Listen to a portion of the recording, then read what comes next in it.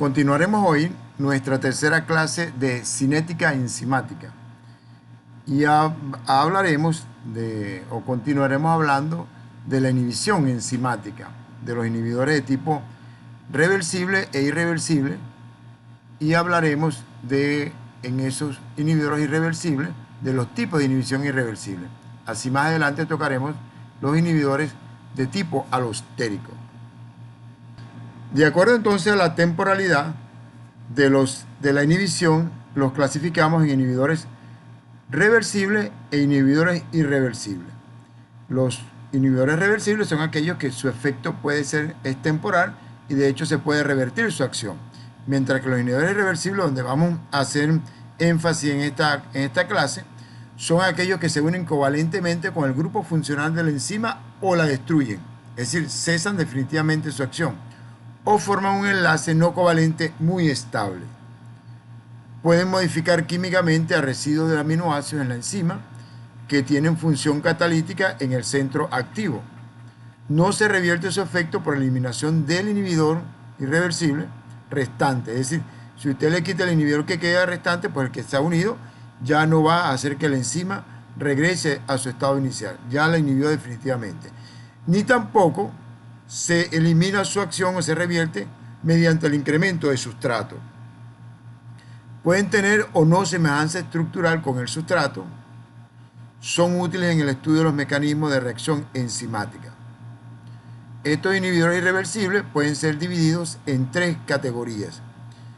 La primera son aquellos que se denominan reactantes de grupo específico, que a su vez tienen su categoría y vamos a mencionarlo. El segundo grupo son análogos de sustrato.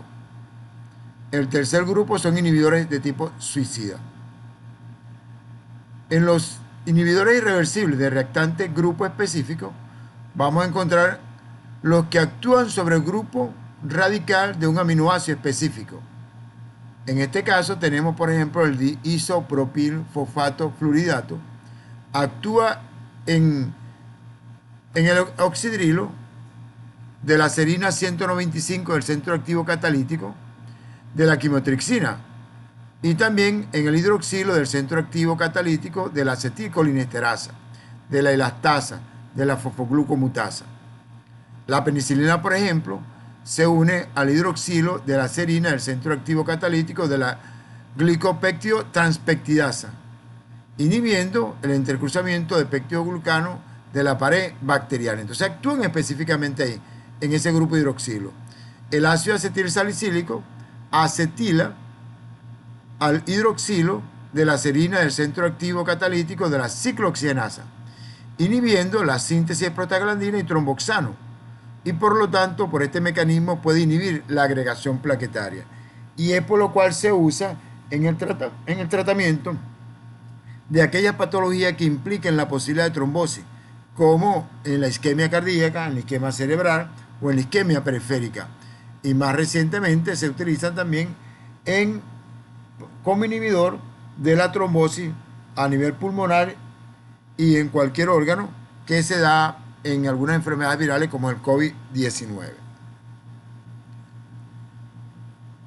Fíjense entonces ahora, existen otros como la iodoacetamida, actúan sobre el grupo sulfidrilo del residuo de cisteína del centro activo. Habíamos mencionado lo que actúa en el grupo hidroxilo.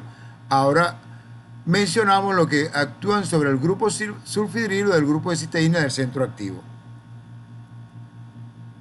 Ese es el iodoacetamida. Fíjense entonces aquí, en el caso de la acetilcolinesterasa, que actúa específicamente este compuesto diisopropil fosfofluoridato, que actúa específicamente en el grupo hidroxilo.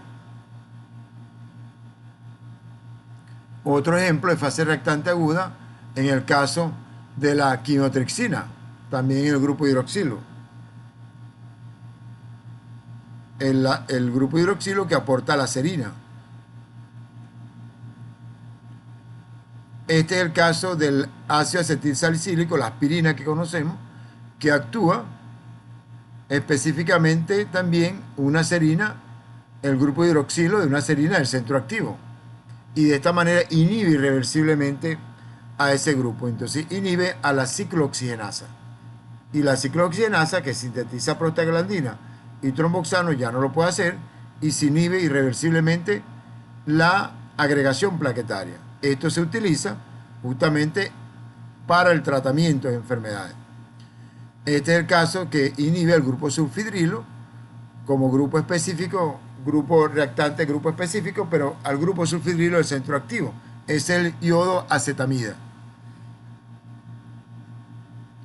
Y luego tenemos un segundo grupo de inhibidores irreversibles, ya los que actúan a nivel de análogos de sustrato. En este caso, son estructuralmente similares al sustrato y se fijan covalentemente al centro activo de la enzima. Son más específicos para el centro activo que los reactantes de grupo específico. Ejemplo de esto es tosil L-fenilalanina clometilcetona. Se liga irreversiblemente a la histidina del centro activo de la quimiotrixina. Es un análogo al sustrato. Él se fija, pero lo liga fuertemente. Es el caso también del 3-bromoacetor, se liga al centro activo de la triosa fosfato isomerasa, inhibiéndola irreversiblemente. Este es el caso de la tosilfenilalanina clometilcetona que hemos mencionado.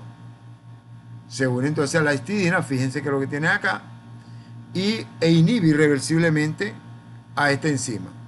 Es el caso de la bromoacetor fosfato que se liga a este caso a la triosa fosfato isomerasa, específicamente en este grupo cetónico, en este caso del ácido glutámico.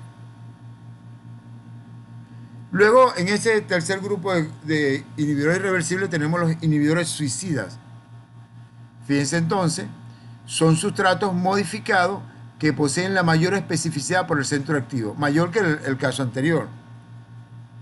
Se liga como un sustrato y es inicialmente procesado.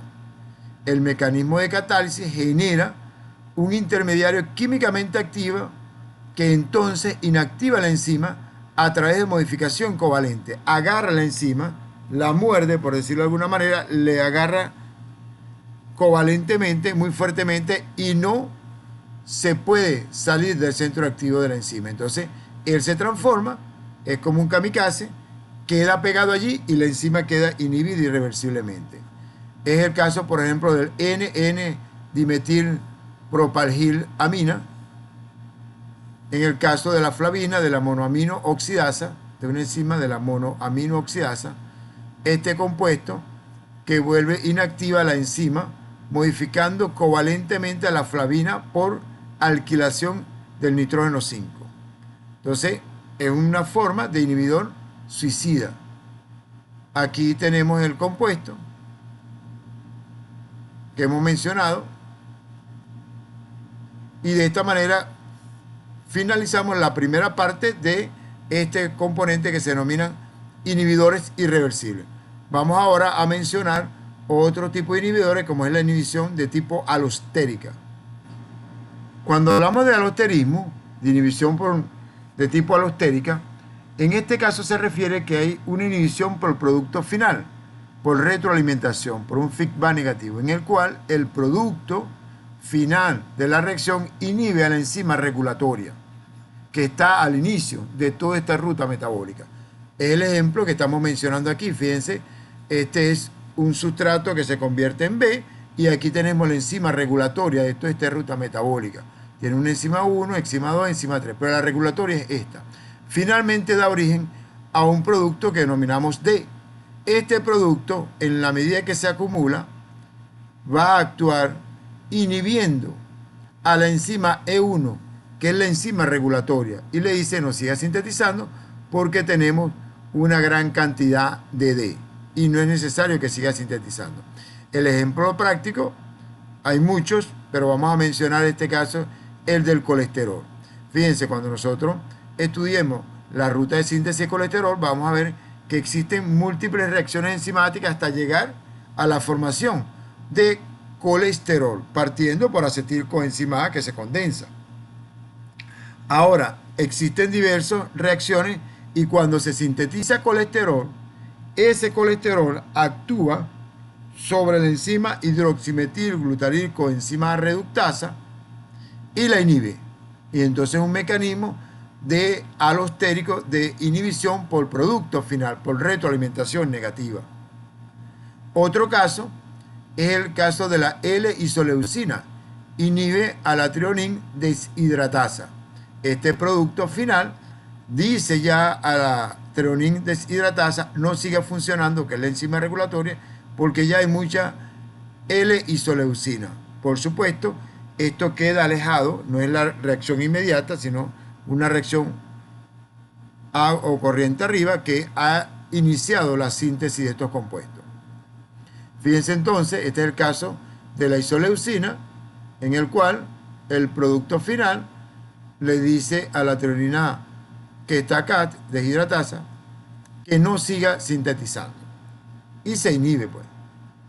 Este es el caso de la acetilcoenzima carboxilasa, que es la enzima regulatoria de la síntesis de ácidos grasos. En este caso, se parte de ácido graso a partir de acetilcoenzima A, proveniente, entre otros casos, de la vía de la glucólisis, pasando por el ciclo de Krebs, saliendo por la lanzadera del citrato, luego se desdobla hasta acetilcoenzima A en el citoplasma y se inicia la síntesis de ácido graso. La enzima regulatoria es la acetilcoenzima carboxilasa. ¿Y qué va a pasar? Que cuando sintetiza el ácido graso, denominado acetilcoenzima A, cualquier ácido graso, cuando este se acumula, pues va a actuar por retroalimentación negativa, inhibiendo a la acetilcoenzima carboxilasa para que no se siga sintetizando. Son muchos ejemplos, pero bueno, estamos mencionando ejemplos específicos. Fíjense entonces, además de la regulación de tipo alostérica que hemos mencionado, es importante decir que la regulación enzimática también se puede hacer por modificación covalente. En este caso se trata de modificar covalentemente con fosforilaciones o desfosforilaciones a una unidad de la enzima, lo cual puede llevar a estimularla o a inhibirla. En este caso, estas enzimas poseen formas activas y formas inactivas, interconvertidas por la acción de otras enzimas. Estos regulan el metabolismo en minutos, relativamente rápido. Y en este caso, vamos a mencionar un ejemplo, como el caso de la glucógeno fosforilasa. Esta es la enzima, glucógeno fosforilasa, que está realizando la glucogenólisis, es decir, la hidrólisis del glucógeno para aportar glucosa. Esta enzima, finalmente, por diversos mecanismos, puede ser fosforilada por acción del glucagón, que es una hormona. Al finalmente ser fosforilada, modificada covalentemente por fosforilación, esta enzima es activa. Y la enzima comienza a hacer su trabajo de hidrolizar glucosa, residuo de glucosilo, libera como glucosa del glucógeno. Pero al mismo tiempo, fíjense, está la glucógeno sintasa, que es la enzima regulatoria de la síntesis del glucógeno, que también es fosforilada. Solo que cuando es fosforilada, esta enzima se inactiva. Entonces, vean, el mismo mecanismo en el cual se produce fosforilación, modificación covalente, para dos enzimas que están encontradas, la fosforilación activa la glucógeno fosforilasa, pero a la vez inactiva la glucógeno sintasa. Por supuesto, se puede hacer desfosforilaciones y en este caso la desfosforilación haría lo contrario, inactiva la glucógeno fosforilasa y activa a la glucógeno sintasa. Ese es un mecanismo de modificación. En ese mecanismo tienen ustedes también a la piruvato deshidrogenasa, entre otros. Ahora, volviendo a las enzimas alostéricas, decimos que son alostéricas cuando el factor regulador denominado efector se fija en un sitio diferente al centro activo catalítico. En este caso hablamos de enzimas que son oligoméricas, es decir, que tienen más de una cadena, tienen dos o más cadenas en su estructura. Pueden existir como una mezcla en equilibrio de dos estados, conformacionales, que representan la forma activa o denominada R relajada y la forma no activa o tensa denominada T. Esto que ustedes ven acá. Entonces se aplica para enzimas, pero también se aplica para estructuras que pueden funcionar transportando, etcétera, como es el caso de la hemoglobina. En algunos casos, el sustrato y el efector son el mismo compuesto, y entonces hablamos que es un sistema homotrópico. O son diferentes y hablamos de un sistema heterotrópico. Algunas enzimas poseen ambos sistemas, homotrópico y heterotrópico. Las enzimas alostéricas, vemos su actividad catalítica es modulada por la unión no covalente de un metabolito específico a un centro de la proteína distinto al centro activo catalítico. Regulan el metabolismo en segundos, es mucho más rápido que la modificación covalente que lo hace en minutos.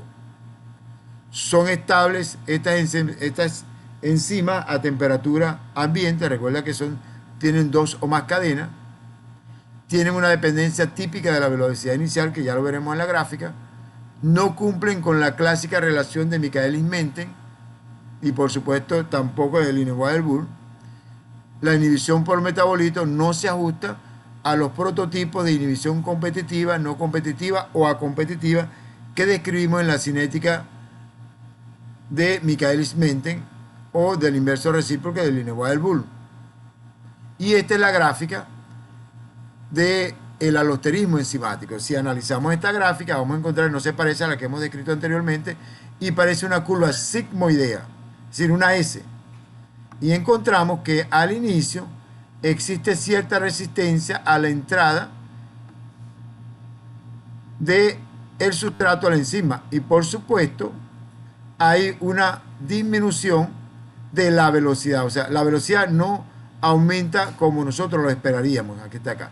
Sin embargo, en un momento determinado se aumenta la velocidad bruscamente, fíjense, muy rápidamente, hasta llegar en un momento que comienza a disminuir comienza a disminuir la aceleración, se comienza a desacelerarse, sigue aumentando pero desaceleradamente la velocidad de la reacción hasta hacerse un momento en que se hace asintóticamente constante. Es decir, ya no depende de que usted le agregue más sustrato. ¿Por qué? Porque la enzima está saturada. Esta cinética no contiene un Km, una constante Michaelis-Menten, aunque pudiéramos colocarle lo que se denomina un Ks, o sea, un K, una constante sigmoidea, es decir, una constante que pudiera remedar lo que daría el Km, es decir, una constante donde se ocupa el 50% de los centros activos y que es importante conocer para poder analizar posteriormente los efectos de las enzimas. Esto sería una curva basal. Entonces, aquí al inicio tenemos que hay una resistencia a la entrada del sustrato, por ende la velocidad no es tan rápida y luego sí aumenta hasta que se hace asintóticamente constante por saturación.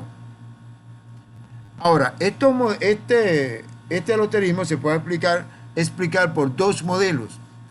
Uno es el modelo concertado o de Jacob-Monod y el otro es el modelo secuencial de Koshland, en el cual en ambos casos se consideran la forma tensa y la forma relajada, es decir, la forma tensa e inactiva de la enzima y la forma relajada de la enzima. Ahora, lo que es diferente es la consecución de cada uno de ellos, de la forma T a R o de R a T. Y entonces el modelo concertado supone acá un equilibrio entre la forma R y T en ausencia de sustrato. Es decir, si no hay sustrato, ellos sencillamente están en forma T y R. Sin embargo, en el modelo secuencial no hay un equilibrio entre T y R en ausencia de sustrato, sino que para que se forme R debe haber una forma transicional que miramos acá, donde tenemos primeramente la forma T en presencia de sustrato, se presenta una forma intermedia, TR, y finalmente una forma RR, lo cual supone entonces que ha habido una forma transicional, y para que se realice esto tiene que haber sustrato. En cambio, en la forma del modelo concertado no, están las dos formas aparentemente. La especie TR, esa es la forma transicional, está excluida en el modelo concertado, mientras que en el modelo secuencial es una forma prominente, es decir, la enzima se encuentra en esa forma TR que está en equilibrio hacia la forma TT o hacia la forma RR. En el modelo concertado se supone que la simetría es esencial para la interacción de las unidades de proteínas oligoméricas y por ello requiere que sea conservada en las transiciones alostéricas. El modelo secuencial admite que las subunidades pueden interaccionar aun cuando estén en diferentes estados conformacionales. Esos datos son importantes. Y finalmente, las interacciones homotrópicas son necesariamente positivas en el modelo concertado. Un activador se une a R y el inhibidor se une a T. En cambio, en el modelo secuencial, las interacciones homotrópicas pueden ser positivas o negativas. Y entonces vemos acá, en el primer modelo que estamos estudiando. Entonces aquí supone la forma T y la forma RR, o sea, TT-RR. Están en equilibrio aparentemente. Sin embargo, en el otro modelo, en el modelo secuencial, tenemos la forma, esta es una proteína oligomérica, pongamos la hemoglobina por decir algo, y obtenemos la forma T. Y va a haber una forma que es secuencial con unas formas intermedias. Fíjense, entra un primer sustrato, este primer sustrato coopera para que las dos cadenas que están contiguas a él se vayan modificando de tal manera que permitan la aceptación del siguiente sustrato. Y aquí lo tienen. Y a la vez coopera para que la siguiente forma, que estaba en forma tensa, tengan cambios conformacionales y vayan aceptando sustrato hasta que finalmente está la forma R relajada. ¿Y qué ha pasado aquí? Que ha habido un modelo de tipo alostérico cooperativo, donde la entrada del primer sustrato tiene cierta resistencia, el segundo sustrato tiene menos resistencia, el tercer sustrato tiene mucho menos y el cuarto ya casi no tiene resistencia, de tal manera que permita un aumento significativo de la curva de la velocidad de la reacción. Esto es una gráfica de la forma T y la forma R. Es lo mismo que estamos hablando, pero se supone que de T a R hay un cambio conformacional. Igual tiene una curva de tipo sigmoidea, donde encontramos que al inicio no es una hipérbole recíproca, sino que hay cierta resistencia a la entrada, pero después se vence hasta encontrar finalmente una cooperación y aumento significativo de la velocidad de la reacción. Esta es la curva sigmoidea de una enzima alostérica y veamos acá. Fíjense entonces, esta es la curva basal o curva control y vamos a encontrar lo siguiente y es interesante observarlo acá. Vean, todo aquello que desplace la curva hacia la derecha con respecto al control se denomina inhibidor. Lo mismo que sucede en la hemoglobina, que nosotros teníamos la curva basal y en presencia de CO2 o de pH ácido o de 2,3 de pH, la curva se desplaza hacia la derecha, lo cual significa que el KS, si ustedes miran acá, tienen aquí la velocidad máxima al contrario y el KS aparente, que sería de aquí para acá, pongamos aquí, y aquí tendría otro KS, el KS aumenta, por lo tanto la afinidad disminuye y significa que estamos en presencia de un inhibidor. Ahora, todo aquello que desplace la curva hacia la izquierda, como en este caso, se considera un activador y su KS aparente disminuye, por lo tanto su afinidad aumenta. Aquí tenemos esto, son estados transicionales entre cada uno de otro, pero podemos ir viendo y afirmando que todo aquello que desplace la curva hacia la derecha es un inhibidor. Vean aquí, esta es la curva de la hemoglobina y obtenemos aquí, fíjense, 7,4 sería la línea basal y en un pH ácido, entonces la afinidad de la hemoglobina por la enzima se desplaza hacia la derecha, lo cual significa que en el pH ácido disminuye la afinidad de la hemoglobina por la enzima y lo puede soltar, como es el efecto Bohr en el tejido periférico, pero en el pulmón donde hay una tendencia a ser alcalino, sencillamente se está exhalando CO2, con ello se está eliminando hidrogeniones, entonces la curva se desplaza hacia la izquierda y aumenta la afinidad de la hemoglobina por el oxígeno en pulmón y en el tejido periférico disminuye. Ahora fíjense, ¿cuáles serían activadores o inhibidores alostéricos que encontramos en nuestro organismo? Fíjense, aquí tienen ustedes la glucógeno fosforilasa, esta que ven acá, está implicada en la glucogenólisis, en la enzima regulatoria. Su activador es el AMP cíclico, indirectamente, y su inhibidor, indirectamente, es el GMP cíclico, guanosin monofosfato cíclico. Si miramos el glucógeno sintetasa, esto que hemos hablado, fíjense, hay una enzima de la glucogénesis, entonces aquí es lo contrario. Y seguimos, pudiéramos citar cada uno de estos ejemplos, pero lo tienen ustedes para que lo puedan estudiar con más detalle de lo que son los activadores y los inhibidores de tipo alostérico para las enzimas en las rutas metabólicas. Ahora, la cooperatividad significa que en la medida que un sustrato se una a una de las formas T en estas enzimas o estas estructuras proteínicas oligoméricas, esto coopera para que el resto de las enzimas o de las proteínas que forman este complejo multienzimático, coopera para que se vaya preparando y aceptando mayor cantidad de sustrato y por supuesto transformándolo. Esto que vemos acá es lo que le he mencionado y recuerden que si este es la gráfica, la línea basal, pues todo lo que está hacia la derecha son inhibidores y todo lo que está a la izquierda son activadores. Lo hemos mencionado. El mismo caso para esto. Y vamos a mencionar que la cooperatividad puede ser positiva, puede ser negativa, tiene un Km aparente que decimos que es un Ks y existe el modelo concertado de interacción secuencial que hemos descrito anteriormente. Ahora, ¿cómo podemos nosotros aplicar las enzimas a la parte clínica que nos interesa? Es decir, ¿cómo hacen las enzimas? ¿Para qué se utilizan? Estamos hablando de bioquímica y uno pensaría o creería que esto es muy abstracto y que no se aplica en medicina. Pues sí, cada cosa que mencionamos tiene una aplicación en medicina. Y fíjense, vamos a mencionar algunas de las enzimas. Estas son las denominadas aminotransferasas o transaminasas que ustedes verán en los exámenes que se solicitan en el laboratorio. Tienen ustedes la aspartato aminotransferasa, esta que ustedes miran aquí, que es la transaminasa glutámica oxalacética, denominada antiguamente, y estas son alanino aminotransferasa o en este caso piruvato glutámico transaminasa.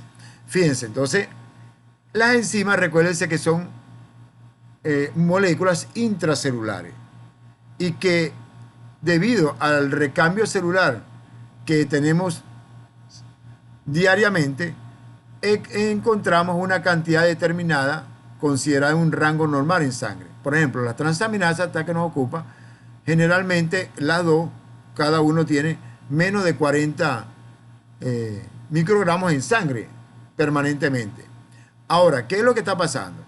Que bajo ciertas características, que haya lisis celular, que haya muerte celular, que haya necrosis de tejido, pues eso hace que el contenido se vierta a sangre.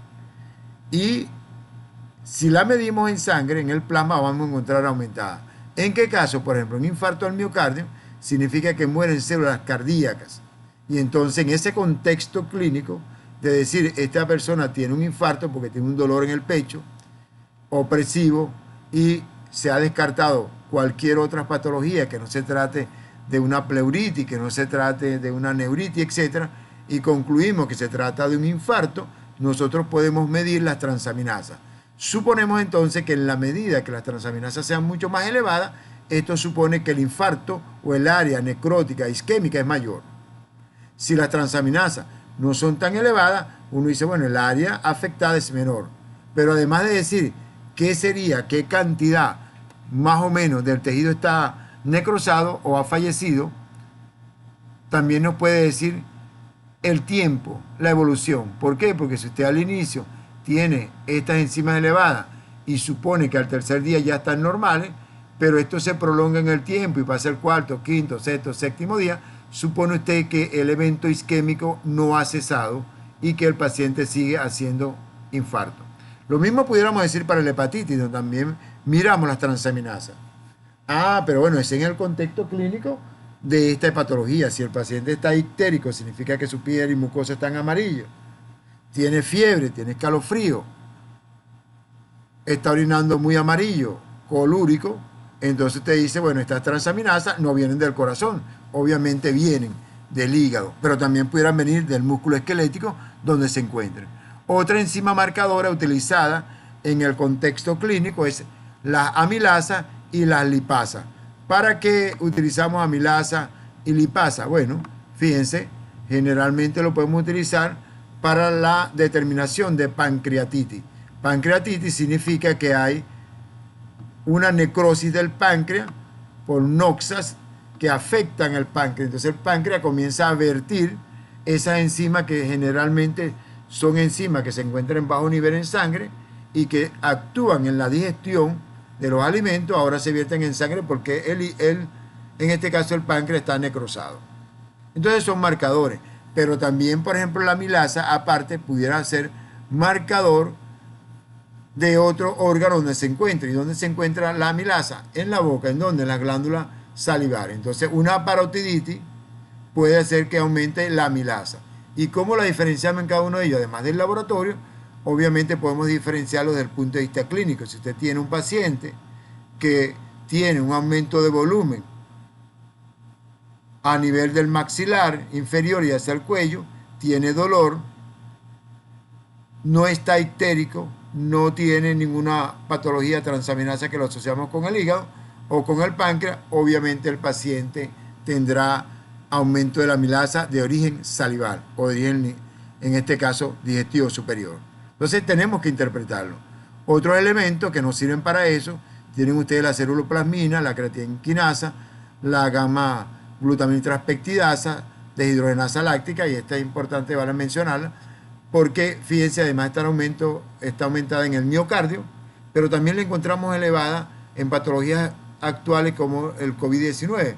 ¿Por qué? Porque esto es un indicador de muerte celular, posiblemente de células pulmonares, que están siendo trombosadas y atacadas a nivel del pulmón por el virus y mueren. Entonces, en la medida que esta LDH o lactato de deshidrogenasa pulmonar esté elevada, pues en esa misma medida podemos decir que está muy activa la enfermedad. Pero no solamente en eso, fíjese, el lactato de deshidrogenasa, que es una isenzima, ya veremos en el laboratorio, también puede estar aumentado cuando haya muerte o lisis de células rojas, es decir, de glóbulos rojos. Y entonces, en una hemólisis de cualquier causa, por ejemplo, el paludismo produce hemólisis, pero la anemia drepanocítica también produce hemólisis, la talasemia, etc. A nivel de patología del vaso secuestran glóbulos rojos. En esos casos también va usted a encontrar la lactato de deshidrogenasa, que es un marcador de citoplasma. Luego tenemos otra fosfatasa ácida, fosfatasa alcalina, que nos dan una idea, y ustedes lo ven allí, de lo que puede ser importante el análisis de las enzimas en sangre y medir su cinética. Esta es la aplicación en cuanto a las enzimas que aumentan el infarto. La primera es la CPK. Fíjense, después aumentan las lactato de deshidrogenasa, que sería lo último, porque el segundo serían las transaminasas, y finalmente el lactato de deshidrogenasa.